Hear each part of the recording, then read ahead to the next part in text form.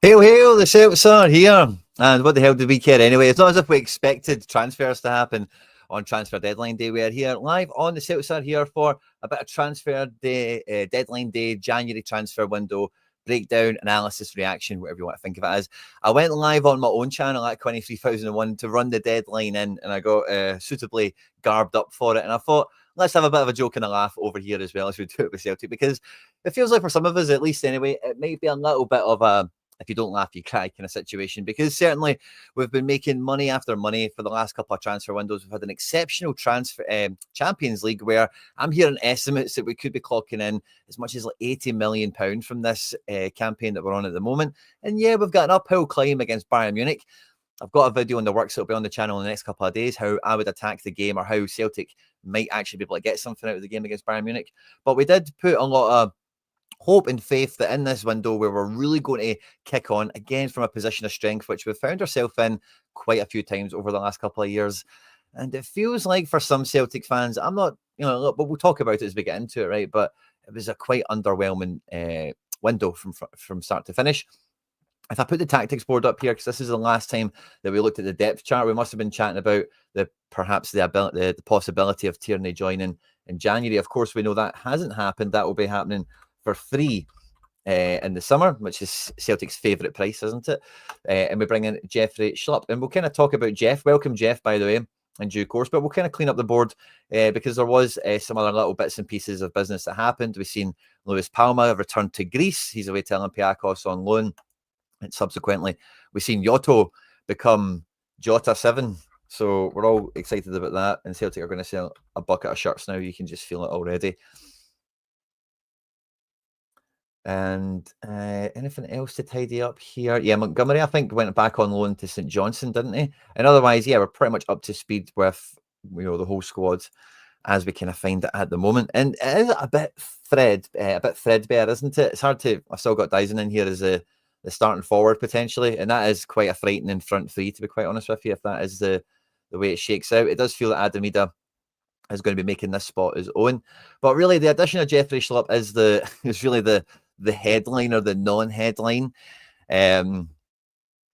that's came out of this transfer window. Just catching a bunch of these live, by the way. Fist bump to everyone on Rival. Thanks to everyone that's joining us live. I keep kind of going in and out of recording mode because normally when I'm using this board, I'm sitting here recording. I can take my time and pause and think and stuff. But Jeffrey Schlupp is kind of the headline, the non-headline kind of transfer in this. And really, like, I've been quite open on this one, where I do feel that like, it's not going to be a bad move. Like he's clearly like there's every possibility he becomes the best left back in the league. Like it's not beyond the realm of possibility. And I've got a lot of faith that Schlupp, whatever we need him to do, whether it is filling, off the bench in an attacking wing position, I do see people bringing up the fact constantly that he does have a bit of midfield experience also. And of course, primarily, we expect to see him at fullback or competing at fullback anyway, certainly with Taylor. And for whatever Rodgers plans to use him for, I've got no doubt it's probably going to work out quite okay and everything's going to be quite fine. But it's such, for me, like, it's just such a meh transfer, like with us known. And the main thing is like the whole squad dynamic, really, from front to back. The left back thing, if we're getting Tierney for free, and if like Arsenal are after like a good couple of quid, I can understand the way the chips are falling on this one. Like I mentioned in my own Tierney video on the channel as well, like I don't begrudge Tierney having his last hand at the table in the Premier League. Arsenal, are they in the title race or not? That's maybe up for discussion, I suppose, but nonetheless they are, last I checked anyway, one of the closest runners and riders in that one at the moment. So I don't I don't begrudge him that, to be quite frank, because once he leaves, he's not going back to the Premier League, is he? And why not have the last dance? Why not play that last hand? So I kind of like understand the makeup, the whole kind of landscape that kind of revolves around the left back situation. It looks like Taylor's bought in for the rest of the season, and that's a-okay by me. And again, I think this just adds nice competition. We're going to see the league over the line. It's just about making sure we secure the treble. And, we'll come into it in a future video in terms of what we do against Bayern Munich, but we're certainly going to need extra depth in the squad no matter what. Because when you do look across the board, really, like, a centre-back like Naroki, and we should probably add Murray back into the fold here. The Great Dane himself. It does feel that Rodgers is a fan of him, and Naroki feels very firmly like close to just being completely sidelined. But for all intents and purposes, we've got like 3 main centre-backs, and we've got a youth prospect in the mixture. depth-wise, there's not really too much to argue with that. At right back, between Ralston and Johnson, I don't think you can ask for a better situation. And I think for most Celtic fans, I think where they're maybe underestimating with the whole Greg Taylor thing is if we can get Greg Taylor on the Anthony Ralston shift, we're going to be doing AO bloody K. I'll tell you that for free. But at the moment, it is Taylor's shirt to lose, and it looks like Schlupp is going to be coming in to push him for that. So again, you've got 2 on each side. And with the versatility that Schlupp has, like we don't have that many players that are super versatile. Like, sure, the midfielders can all kind of play in somewhat different roles, but it doesn't really seem to happen too often. And there's a bit of versatility with Jota, with Dyson playing different wings, with Yang. Feels like Kuhn and Ida are quite nailed in their position. There's not really much going on besides there. Forrest, as we know, can play both sides. So Schlupp, if he has maybe a little bit more to his game in that sense, in terms of if he's coming off the bench in the 60th minute, in the 80th minute, he can fill in a number of different roles. So I suppose Scales is maybe being thought of as well as being a kind of a quasi cover in this position also, if you did need Schlupp perhaps somewhere else, because Yang's had a lot of minutes over the last 2 months, you know, and I think Yang, like, again, Yang kind of polarizes, doesn't he? Because he has certainly been a somewhat useful Celtic player throughout this period of time.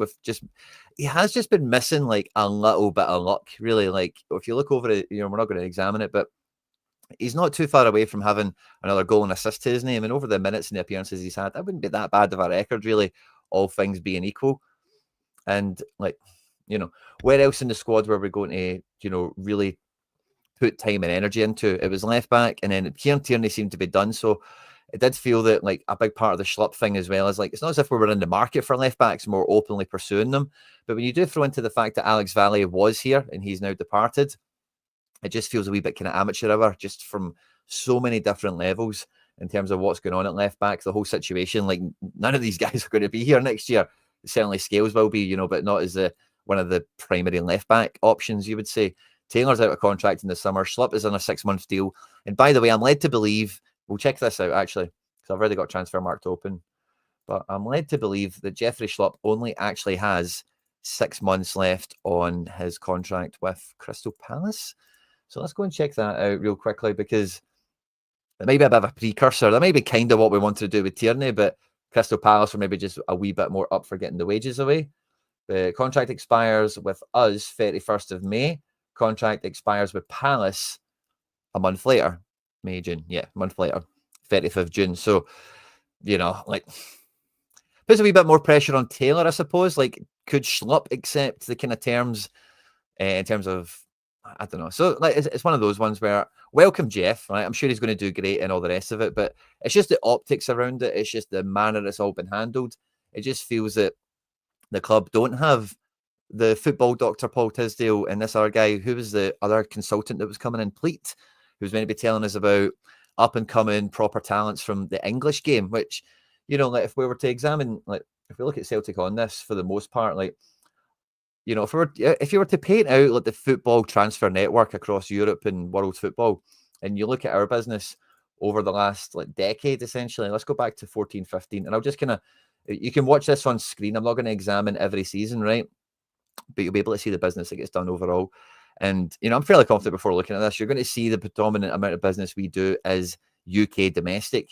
For all intents and purposes, we operate like a Cardiff City, like a Watford or whatever, where, yeah, sometimes we spend a few quid, we bring somebody in from Europe, like Skepovic's and, you know, whatever else is. Obviously, it gets a wee bit better as time goes on. But there was a little bit of a period, and we'll get to that in the kind of the back end of this decade, I suppose, where we do start to go into Europe a bit more, and we do start to get like proven guys that have played at a slightly higher level. And it feels like this type of transfer activity is just a bit of a throwback to yesteryear, where it is like dialed in, phoned in, on the cheap, just don't, you know, make any mistakes. Like, we got Scott Sinclair for 4 million, and when we got Scott Sinclair, like, he was firmly in the Jeffrey Schlupp position. Couldn't kick a ball for City, couldn't kick a ball for Villa, and then, you know, he comes here and he lights the world up. And I don't see, like, Schlupp has the potential. Obviously, he's not playing the same position as Sinclair, but in terms of just like how much better he is than the players he's playing against, he's 100% got that ability to come in. No two ways about it. But yeah, we've maybe started to see a little bit of this with, this must be Rodgers' first window, of course. So we get Sinclair coming in, Moussa Dembele, Kolo Toure, a bit of old experience. That's fine. And again, this squad's maybe missing a bit of that. And I would like to see that type of figure, not someone maybe perhaps quite as old as Toure or whatever. And Schlupp maybe is that guy, maybe to an extent, because Schlupp is also a Premier League winner. and an FA Cup win under Rodgers, I hasten to add. But like, the transfer business overall hasn't been that inspiring, and we've had little periods where we do push the boat out a little bit, where we have made money in the transfer window and we make it count a little bit more. And it felt like just in this window that was kind of half on the cards. And then as soon as we realised, like, oh, it's Bayern Munich, they just kind of recoiled. I mentioned this. It may have been on this channel, may have been on Axon, but like Brendan Rodgers was asked about Daisen Maeda playing centre forward, through the middle. And he was like really quick to shut it down and almost didn't. It was like, shut up, don't say that, like, so you've got to feel that some of the internal discussions is around like what is really necessary right now, because there was a massive outlay in the summer on Adam Ida, of course, and he's barely, from probably the board's perspective, really kind of justified that. I think from a Celtic fan point of view, I've already said it, I'm done talking about the price tag around Adam Ida. When you get transfer windows like this where they only make £2 million and then the money that they have spent actually becomes a proper net loss, maybe that compounds a little bit of fear into the board. But you think with the extra Champions League money we've got, with the money we had spent in the summer on the likes of Ida and Engels, and with the track record we've had recently of spending a bit more, actually, and this transfer window here was low-key very good, wasn't it? I think, well, maybe not low-key, I think a lot of people do point to that first Postecoglou window as being quite significant.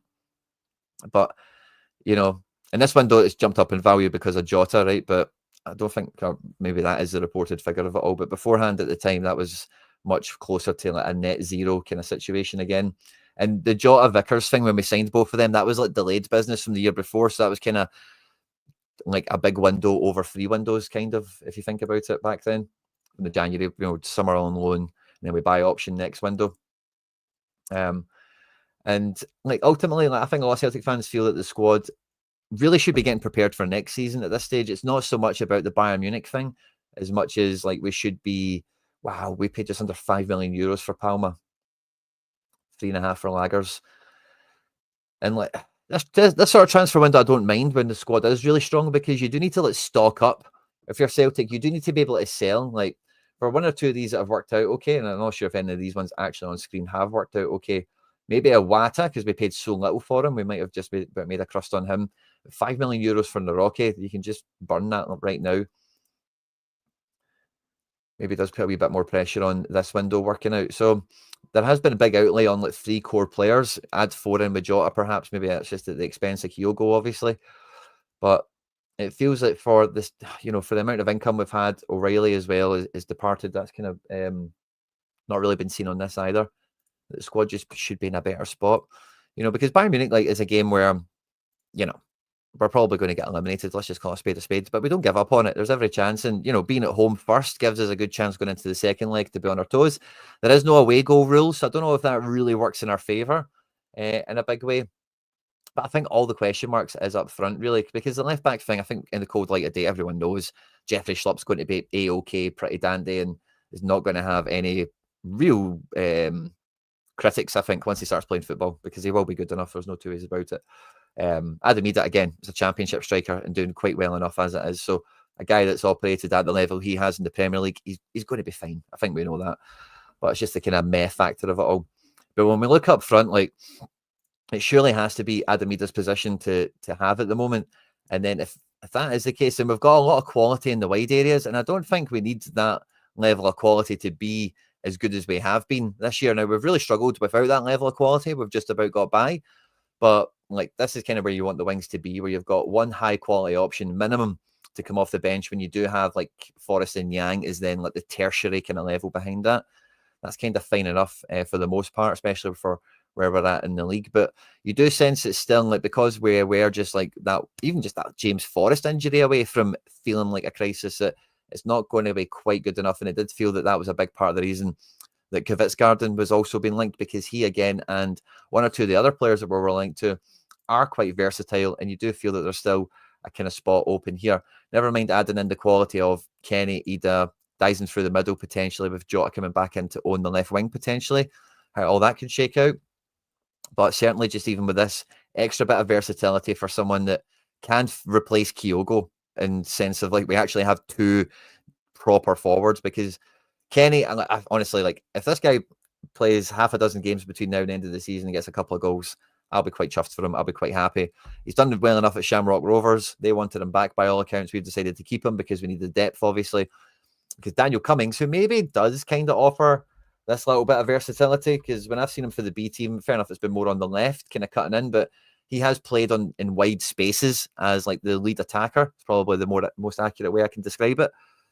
So again, maybe if he is kind of floating around the back end of the squad, maybe this is what we're getting here. And like, I don't know, it's a tough one. Like, I don't really, I was saying this, like, if you were to take Jota out of this and put Kyogo back into it, what attack line would you rather have? I would probably rather have this one, to be quite honest with you. You know, like, I'm a big Kyogo fan. I love the guy, but I'm, you know, like I've always said on this channel, he's not without criticism. He's not perfect. And I think from what we've seen, like, let's see how Wednesday night goes, right? But I think Aston Villa, the game of the weekend there, like, against Motherwell, the forwards just felt so more synchronized. I mentioned it in my breakdown. And, like, I don't know, I just think we're going to see, like, a new level of fluidity up front, like an old, it's going to be like, oh, this is Rodgers' attacking football back, you know. I think we're going to get that kind of action on the go here, because it does certainly feel like Ida, Maeda are much more like joined up forwards, whereas Kyogo was just unashamedly the finisher of the squad, you know. And yeah, like, I don't know, I would rather have this front line if you gave me the option of the two. Sorry, YouTube is playing up on me on my side page so I can see the chat and everything that's flying in. But fist bumps to all of you. I'm sure there's a bunch of you joining us live and loud. We're in full transfer deadline day garb. I was on live and loud on my own channel. Oh, Jesus, by the way, I keep getting... Google is basically wanting me to change my password, and I don't want to change my password. It thinks there's a security breach, but it isn't.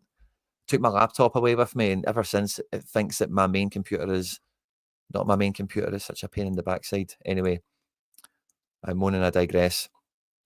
But I would rather have this front line, personally. That would be quite... the reason I want to fire the YouTube up is start poll. Would you rather front line from pre-Jan, post-Jan? Now, if you're on YouTube and you're live and loud with us, we've got a wee poll you can get involved in. So would you rather the front line that we started, we came into January with, or would you rather the front line we have now? Start poll. Get voting on that. We'll come back to that in a wee minute or two, guys. If you are catching us live, it really helps the channel if you hit the like button. It lets YouTube know that you're having a good time and you enjoy the content that's here. And then maybe they'll find some more Celtic fans that can jump in the live chat, drop the like as well, get the fist bump going, and contribute to the poll so we can kind of get the temperature of the room, as it were. But yeah, I'm not too convinced that we are weaker without Kyogo, really. Like, I'm, you know, especially like if ultimately it does become Jota, Dyson, Kuhn, like, I do not think that's weaker. I really don't, because Maeda is not a winger. Like, he's just not a winger. Like, he's a very fine wide forward, and we see for Japan and for, you know, like, centre forward seems to be, he loves a poacher's goal. You know, he is a guy. He does get a touch of the Kenny Millers we've kind of seen from him in the past, but it feels like he's maybe kind of exercised those demons in recent weeks. So maybe we're now talking ill of Dyson Sama, because he has proper kicked up a gear in his form, and he's probably having it. Yeah, he is having his best season in the hoops. No two ways about it. And having Jota feeding him on the wing rather than like Dyson feeding Kyogo is just like a dynamic in the success rate of it all.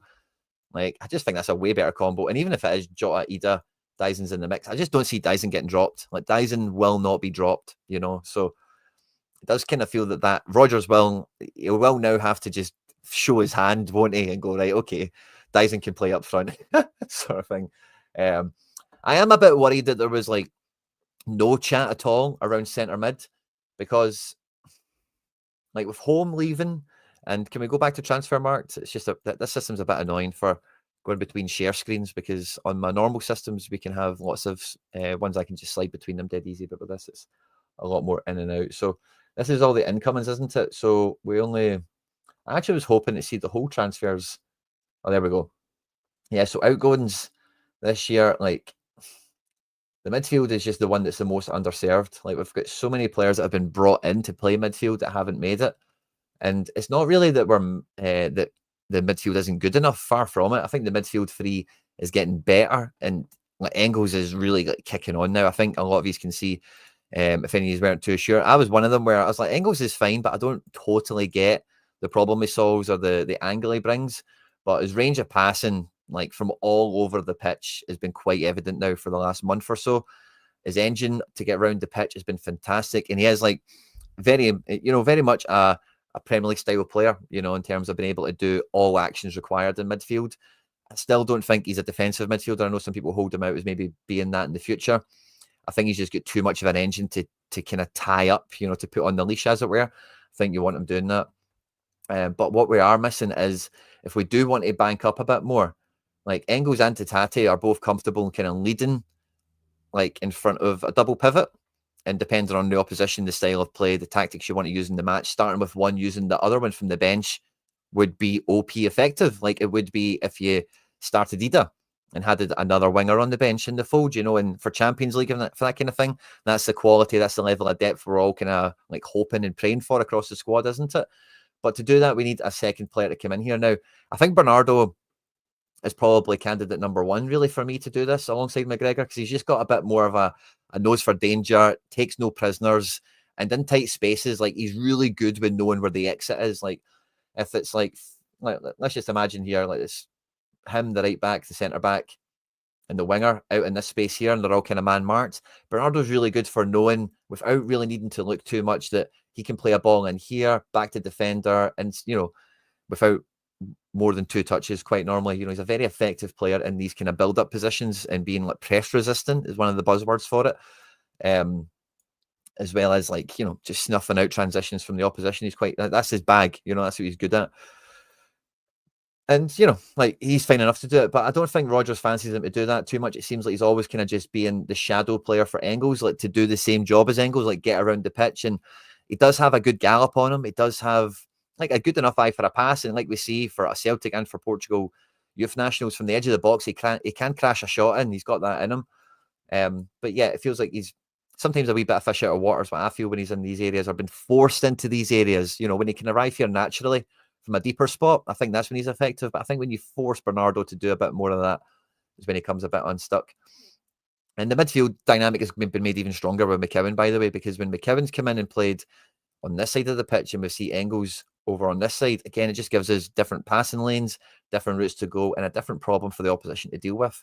But really, time and time again, the main problem is when we come across better opposition is, and these shapes are playing in the backside, sometimes they delete, but there's this gap in here that, like I'm saying with Bernardo, one of his main strengths is that nose for danger, being able to sniff out where the problem is. And sometimes it's not even interfering with the ball or play, but it's just like really killing some space.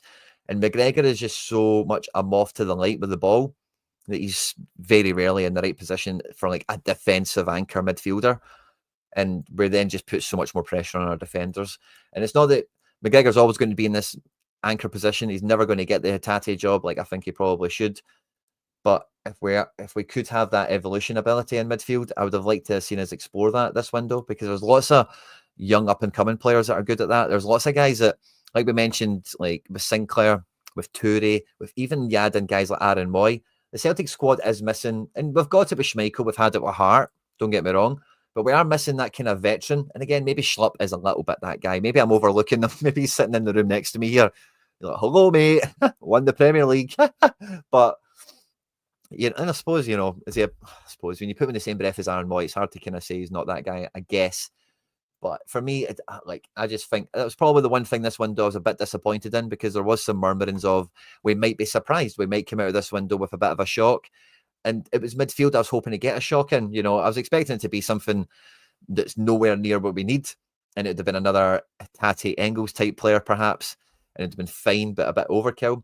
We are still linked relentlessly to Lennon Miller, of course. And Lennon Miller is kind of just another Engels type player for me. Like, I think if we had Lennon Miller, he would be the succession to Tate, and we would probably see Engels on this side of the pitch, and then McKeown and Miller and Bernardo all kind of fighting on this side of the pitch, which would be a really good spot to be in. But he's had an injury. Motherwell are holding out for a high transfer value, and I think the boy has his sights set on going on to the continent. There's over 100 of these live, guys. Thanks very much. We don't go live on the channel in the mornings very often, so thanks very much to everyone that is tuning in. If you are enjoying the content, please do hit the like button. It helps YouTube know that we're having a good time. And maybe some more Jungle Gyms will come and find us. We've got a poll in the chat as well.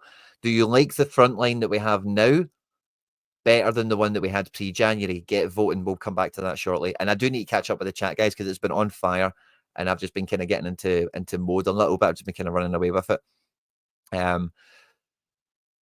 Bloody hard question, Squeak. It is like, because like, is it weaker? Because that was a bit of the chat initially, wasn't it? If we don't replace Kyogo, we're weaker. And it's like, well, I'm with you, but are we?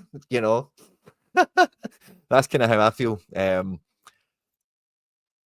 Engels is improving all the time. Like, Engels is improving all the time, but we're seeing more and more of him quite clearly, aren't we? He's becoming himself a bit better, I feel. Halfway through Brendan's contract, he's gotten rid of so much dead wood. Yeah, and there's been a lot of business in this window, hasn't there? That's the thing, is there has been a lot of activity. If we go back to Transfermarkt again, and it did feel that we were getting out the Holmes, the Welshes, etc., quite sharp in this window, which was somewhat promising. It did feel that because of how swift the Jota Kyogo thing was as well, that we should have some other things lined up. It feels like Kvitsgarden and Bromby were kind of penny pinching on us. So that's a little bit of a. What do you think went wrong with the signing with a striker? It feels like they were penny pinching, So I think the Celtic were maybe wanting to, and I'm just going to make up numbers because I don't know them, right?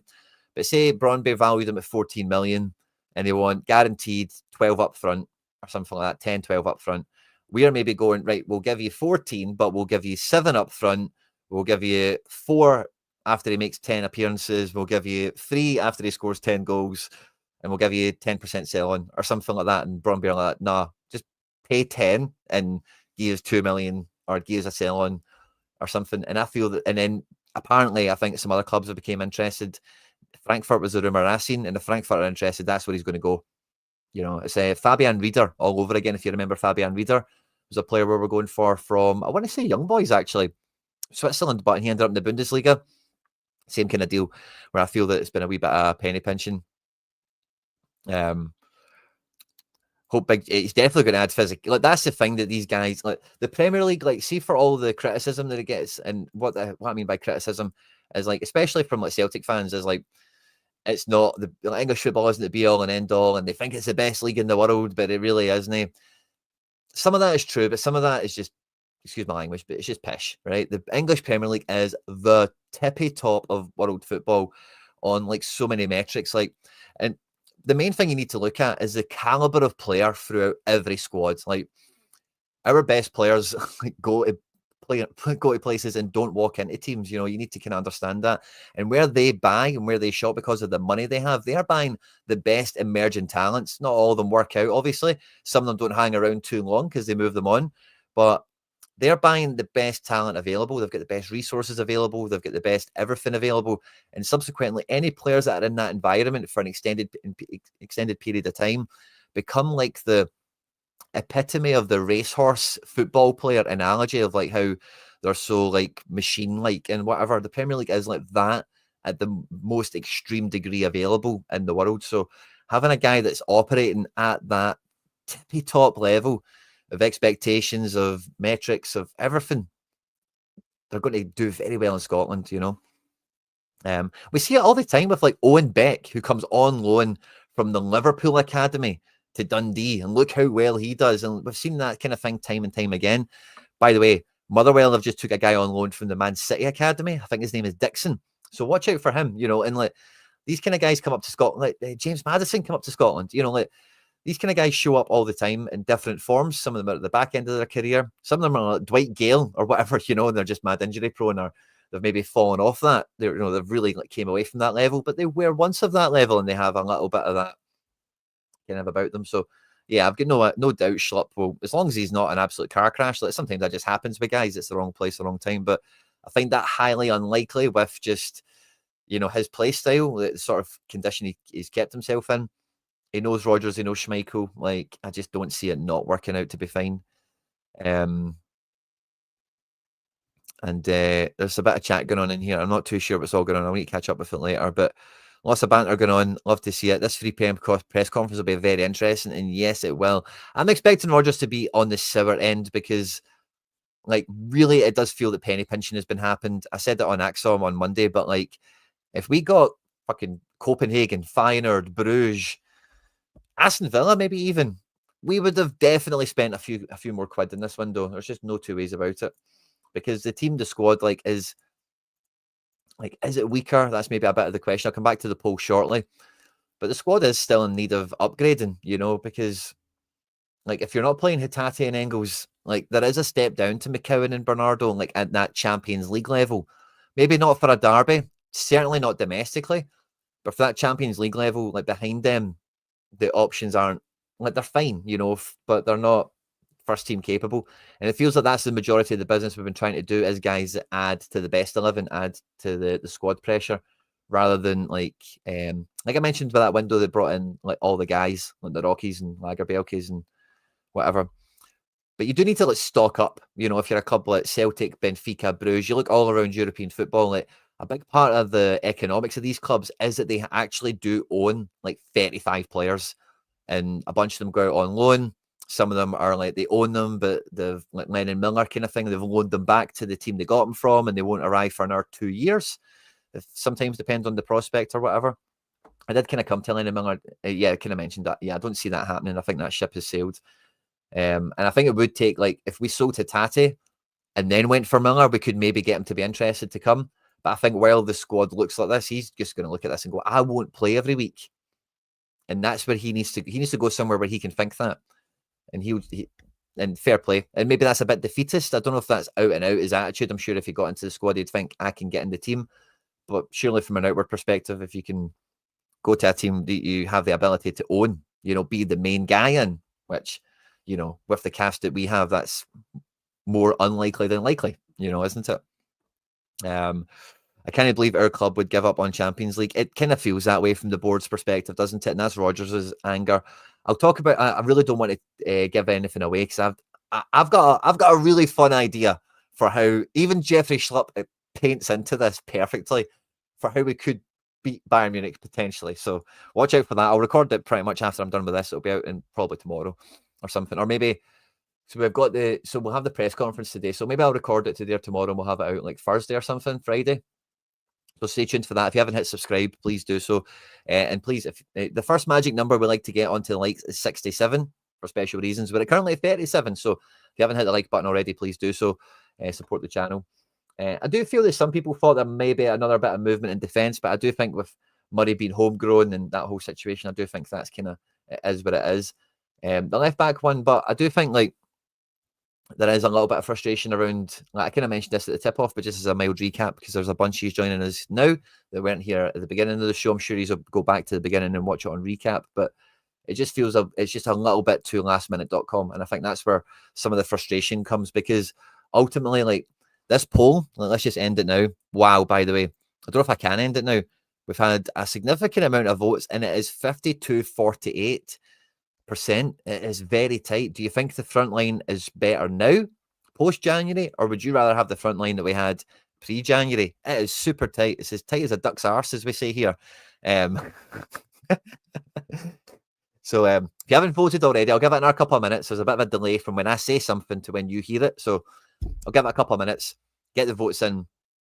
Yeah, okay, we can delete the Rocky. If you want me to delete the Rocky, we can. Cummings, I think we can just about leave in the fold here at the moment. And I do feel uncomfortable that Ida is up here in white, because he's just, but I think he'll play. I think he'll play tonight. What day is it? Tuesday? Tomorrow? I think Ida will start tomorrow, and he'll start Dyson. But of course, Dyson can't play against Bayern Munich. So it's all about getting Jota to Bayern Munich level, because the registration window is the 6th of February. So we've got 2 days to do the paperwork and register someone. Bloody watertight, then you can say that again. I haven't seen enough of young Murray to say if he's a good fit or not. And listen, see for centre-back number 4, that's the way to think of this. Centre-back number 4, that's kind of fine enough, isn't it? That's all we want. Rodgers can have those standards of, to get minutes as a youth player, you better earn it. I'm all about that. But there needs to be an opening for them to, try and get up to speed, because you can't just live in the B team and make that jump. There needs to be centre-back number 4, winger number 5, striker number 3, midfielder 6. If you think about it in that kind of depth chart kind of context, there has to be an opening for someone to come into the squad, And even in this defensive kind of situation, Kyle Uri just got a new contract. He's played I think every Youth Champions League game I've been to see for Celtic here, and he is like a mini McGregor, but he's got a bit more, like he's got a bit more like. I don't want to speak ill of the lad or say the wrong. I don't want to say anything that would be offensive or anything, right? But see, when I say he tackles like he comes for the scheme, like like he tackles people, like he does not care. He gets stuck into it, and I hope that's not speaking ill of him or anyone takes that the wrong way. But he's a youth player. He's been played at B team for as long as I've been aware of him. So maybe he could come in as midfielder 6. Into the back end, because again, somebody else that was featured in the back end of the squad here, Montgomery's went out on loan. I seen somebody say, why not just keep Montgomery over Schlupp? And again, domestically, is there an argument for doing that? Maybe there is, but I think Schlupp is like Brendan getting something for the Champions League. You can't use Montgomery against Bayern Munich. Let's just call a spade here. Jota should get at least 30 minutes. Yeah, I think Jota again's coming on at 65, maybe even 45. And then you could see something similar against Rafe. I think Rafe will be a whole. I think we'll see quite close, except for the Dyson dynamic. I think the team that will play Dundee will be very similar to the Bayern Munich team, and then Rafe will be like if McGregor's ever going to miss a game, it's probably Rafe, isn't it? If Ralston's going to come back in again, Schlupp could get a debut against Rafe just to get the minutes into him, So again, there's a lot of kind of moving and shaking, a lot of moving parts going over. As I say, I don't think we've come out of this window any different, really. Schlupp for Valley is essentially the net gain here. Quinny for Palma is kind of the net gain here. And then Jota for Kyogo. So there's like, nothing's really happened. Like, really, has it? Murray for Welsh. Nothing's happened here. It's just very neutral, very meh. Yang will get the start. Yeah, Yang could be. Tierney looked pissed off. Yeah, again, like Arsenal maybe just asking for a few quid too much to take him out, and or to take because maybe they want to use it. Like I say, Arsenal aren't out of it. You know what I mean? And I'm sure he was pissed off, and I'm sure he was well up for coming back. And I'd love to have Tierney for Bayern Munich. I think it would give us a really good chance. It would enhance our chances, of course. But it is what it is, I suppose. But I didn't catch that. I didn't watch the Arsenal game, so that's good intel. Thanks very much to the chat for that, Martin. Great contribution, mate. And there's a bunch of you getting involved in the chat. Who else is waiting on Tierney getting a long-term injury? Ida Figs, back the man. I like Ida. Like I really do, and I think Ida like is a potential. Like I think like with no Kyogo in the building. Like I mentioned this in some content recently, and again, there's a bunch of you just joining us live. So just in case you're maybe new to the channel, perhaps, or you've maybe not, you're just joining the stream. But Ida, like the whole upfront dynamic for me is like better now. I think I would if I'm voting on the poll, I'm saying post January is better. We've jumped up on votes quite a lot. There's a few more viewers with us now. We're at 160, by the way. Fist bump to all of you guys. Smashing the like buttons away. We're at 50. We're trying to get to 67. It's the first magic number. And we've got a poll in the live chat. Do you think the front line is stronger post-January or pre-January? Let us know thoughts and feelings in the poll. Vote now. And I'll give it that final minute because it is super tight. It has just pulled away to be pre-January. So Kyogo over Jota, Palma over Cummings, or Palma over Kenny. So some of you guys are saying. I don't know if it's unfair to batch them together.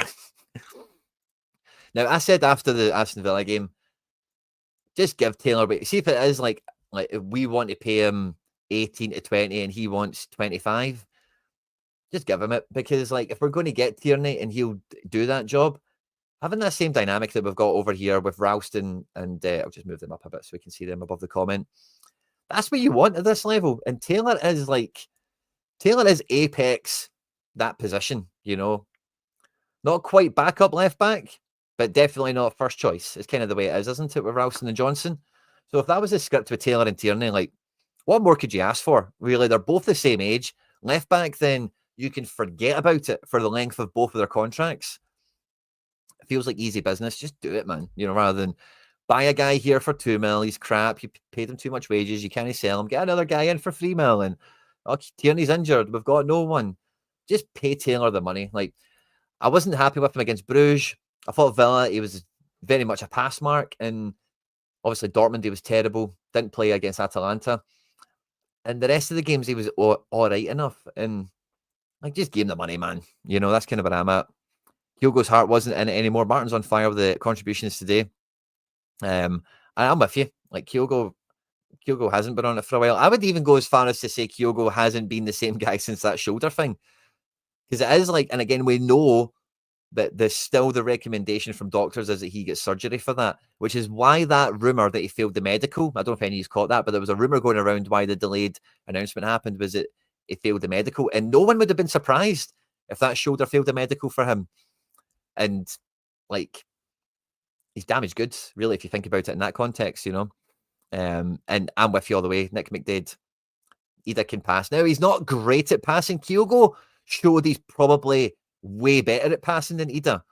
But I don't know. If you check out my breakdown from the game of the weekend, it's worth checking out for two things. The OG that gets ruled out and I can't remember what the two things are, but we freeze framed it and we showed two great examples of things that happened because we didn't play Kyogo or because we didn't have Kyogo.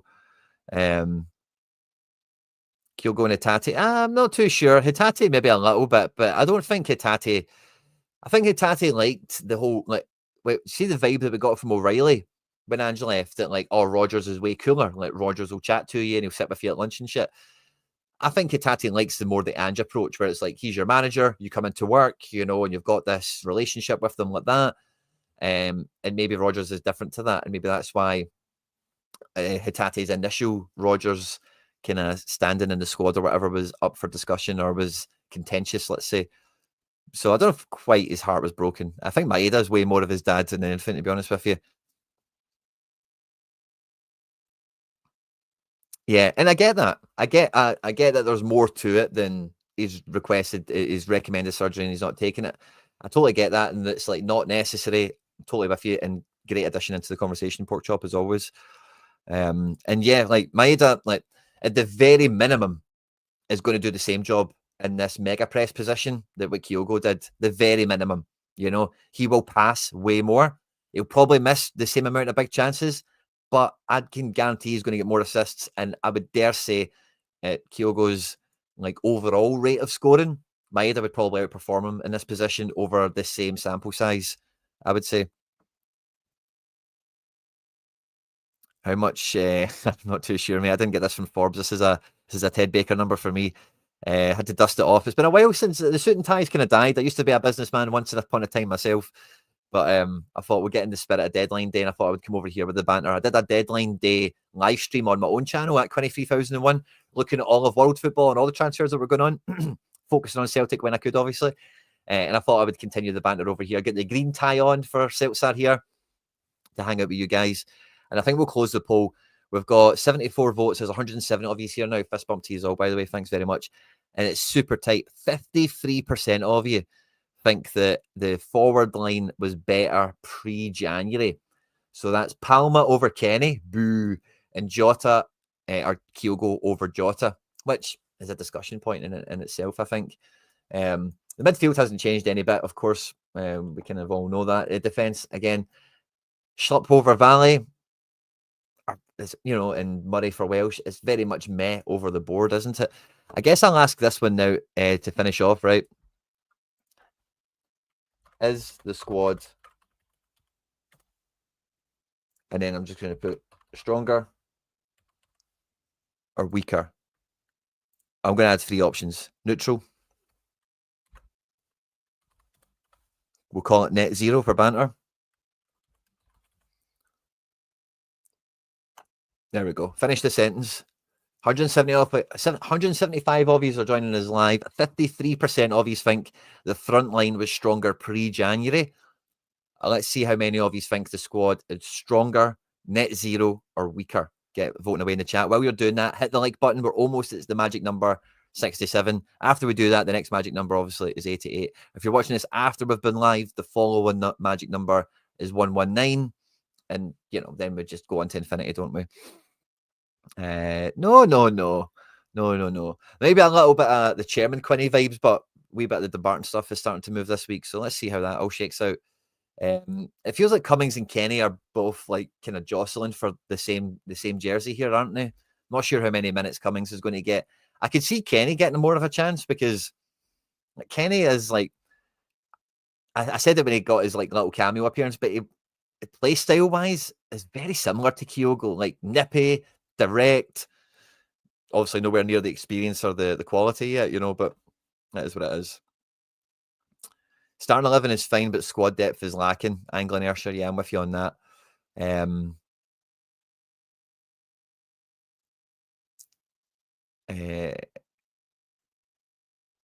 Missing some of the banter. Sorry, guys. Sorry. The chat is on fire today. Keep it coming. Time will tell with this lineup. It doesn't scream better post-window. Go check Kyogo's stats this season. Yeah, trust me, I'm way over the stats. My favourite statistic, or not my favourite, right, but the one that I'm often interested in when it comes to Kyogo is big chances missed, because as a finisher, that is like his number one job. And if we go to Celtic, we can see stats, last 40 matches, disabled general, disabled defence, possession we don't care about, goalkeeping we don't care about. Now, Kyogo's going to be off this now, actually, because he's left the squad, isn't he? But big chances missed. Kyogo's on like 40 or something like that this year. It's incredible. Maeda's not too far away from him. But yeah, Kyogo's missing a ton. And I think, like, generally speaking, like somebody said it earlier, he's not been at his best. Like, he should have been on, like, and he could have still got 100 goals this year, but he really just, he wasn't in it, was he? And I think we get that I get kind of Chris Ayer, Edward kind of vibes off the whole thing, is like as soon as he left and he's in the Rennes squad right away and everything. Yeah, if it's the rest are playing wings and it's Maeda and Ida, then it's net zero for you. Let's put the squad back up again one last time. But yeah, so if it is rising up here, then for you it is just because it is the same, essentially, isn't it? One quality and then one backup. Now, how do we stop our young talent walking away? I think there's a kind of twofold effect here. Like, Rocco Vata has exceeded my expectations of him, having not seen that much of him, to be quite honest with you, in the short time he's had already at Watford. But Daniel Kelly has firmly I was really surprised Daniel Kelly even got into the first team, to be quite honest with you. Game time. To be quite honest with you. So it's a funny one of, are they actually good enough? Are they actually going to make it? I think the best thing the club can do is invest in facilities and infrastructure, and the club's kind of done that already. So it's this kind of hemorrhage situation does come down to a little bit of lack of planning on the contract situation. But there is a little bit of, it's not just money sometimes. Like, sometimes it is development that other clubs can offer. Like we're talking about Lennon Miller earlier on. Make no mistake about it, Lewis Ferguson doesn't become the Lewis Ferguson that you see today. Same with the Ryan Christie, the John McGinns. They don't become the same players that they are if they sign for Celtic or Rangers and play every week. It's just a fact. Callum McGregor, as great as he's been, is not the best version of Callum McGregor that could have existed. If he did move to England and play for 4 seasons, he undoubtedly would have developed into being a better player than what he currently is in some fashion.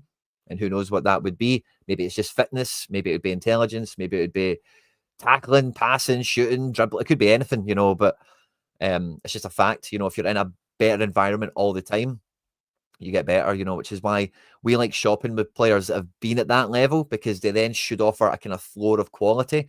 I'm looking at Nicholas Kuhn, who comes through the Leipzig youth ranks, goes to Ajax, goes to Munich. Adam Ida playing at the bottom end of the Prem, top end of the Championship with Norwich, getting into national teams as well. Arne Engels playing in and around Bundesliga for a fair few years at a very young age. So that's the kind of, and then Bernardo and Jota coming out of the Benfica Academy. Again, you kind of have a reliability on a floor there of like football acumen, of at least technical ability, technical education that they've been given through coaching. So yeah, that came into my mind. I can't remember what we were talking about now. Oh, in terms of the kids. Yeah, exactly. So, but we don't really have that with our kids, because we don't really have, and I can't really speak for the full coach. Like, I know a few guys that coach at Celtic. I've got a UEFA B license, and I did my B license with a few of the guys that work there. Top coaches, and they're still there. Been there for years. The B team structure and player pathway, it feels like all that stuff has been kind of ironed out now over the last season or two. And it feels like once the facilities and everything gets put into place, I think we will just produce better players and buy, like, default situation of like having produced them and having the ability to produce them and having this stage to offer them. And if they are good enough, I think the problem will kind of solve itself now in time. I know it's a bit of a meh answer, but I kind of think that's where we're at. But yeah, let's see what the chat is saying. Let's see what the poll is giving it. We've got a bunch of votes in already. We've had a few more votes on the last poll than we had this one. We've smashed through 70 likes, guys. Can we get to 88? Get voting on the poll. Is the squad stronger, net zero, or weaker than what we came into January with? I'll do my best. I do my best. I'm not too sure what I said, but as long as we can have a giggle, that's why the suit and tie's on today. We're in deadline mode, transfer deadline day. A little bit, like we are quite volatile, like because Celtic is a very, for being a green and white team, it's very black and white at times, isn't it? In terms of who's good enough and what should be, what's right and what's wrong, and yeah, that kind of thing. Like Yang is probably the poster child of your point right now, because like I mentioned with Yang earlier, we're not going to go into his stats, but the shot he had a shot of the weekend that against many other goalkeepers in the league, that's probably a goal for Yang at the weekend. And he's had like one other situation like that. Can't remember what it was now. Was that a disallowed goal maybe, or a sitter he could have done a bit better with, or a sitter he set up for someone else for an assist maybe that get missed? I can't remember.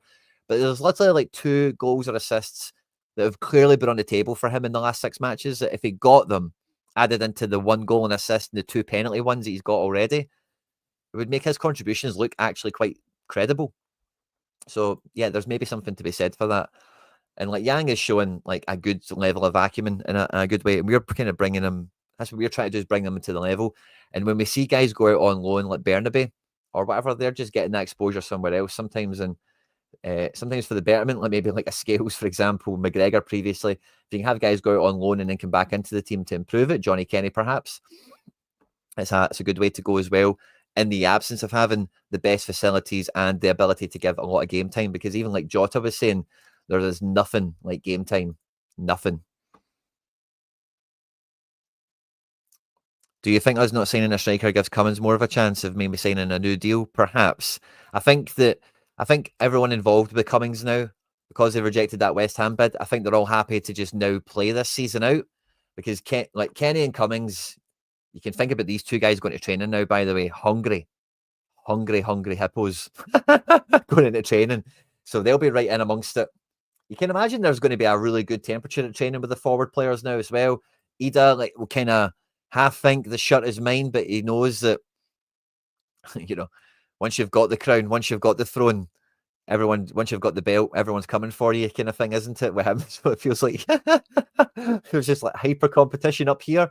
If Dyson I think there'll be maybe a month, 3-4 games, 5 games maybe, where this is like a one for another, maybe, before everything kind of bleeds out, and then we'll see what happens in the summer window. There is, make no mistake about it, and I'll say it right here, right now, there is massive pressure on the summer transfer window. We have to qualify for the Champions League, and that's probably the biggest kind of underlying thing about all this. I said it earlier in the show, and I'll just kind of finish off with it, I guess, but we know the best way to go is have guys in January that can play qualifiers in the summer, rather than bringing them, because we don't want to be doing this pish like 3 days before a game, an important qualifier, a second leg, a first leg, whatever. And we're probably going to be going down that road again. So there's already massive pressure to get business done ASAP in the summer so that we can get qualified again. Go get our 8 games guaranteed, go and push to get into the top 24, and then cross our fingers we don't get Bayern Munich again. We maybe get Feyenoord or Bratislava or somebody jammy, Wouldn't that be great? In the poll, we had 65 votes on it. 25% of you think that the squad is stronger now. 34% of you are at net zero with me. I'm kind of at net zero ultimately. And 42% of you think the overall squad makeup now is weaker. Interesting, guys. The poll, the chat, everything has been absolutely on fire today. If you're watching this after we've been live, thanks very much for tuning in. This has been the kind of transfer window, the squad analysis, recap analysis, or breakdown, or whatever we want to call it. Like I say, I did do a breakdown of the game at the weekend. Not many of you have caught it yet, but there is some nice kind of details on the front line and how that's kind of shaped out over that match that I recommend you check out if you've got nothing else to watch, you want to kill a bit of time or whatever. No rush. It's on YouTube. It's free to watch. Obviously, it's free to subscribe as well. If you haven't hit the subscribe button, please do for more content like this. I can't promise I'll always be wearing the suit. This feels like a bit of a one-off. But yeah, if you have enjoyed the show, you've been watching this after we've been live, or you've been live, please do smash the like button. Just helps YouTube know that you had a good time here. And maybe they go find some more Jungle Gyms to come and hang out with us. I've had a great time with you all. It's been an emotional roller coaster of a January. And I think we're all looking forward to seeing how Brendan's taking it. And let's just see, really internally, how do they feel about the window, and really what, maybe there's going to be a wee bit of keeping their cards close to their chest, internal politics and whatever, perhaps. But you'd normally get a bit of a tell with something, don't you? So I think it's all eyes on that as we then get ready for the game this midweek. Rafe, Bayern, etc. Plenty of content coming at you thick and fast, guys. Hail, hail, and on the hoops.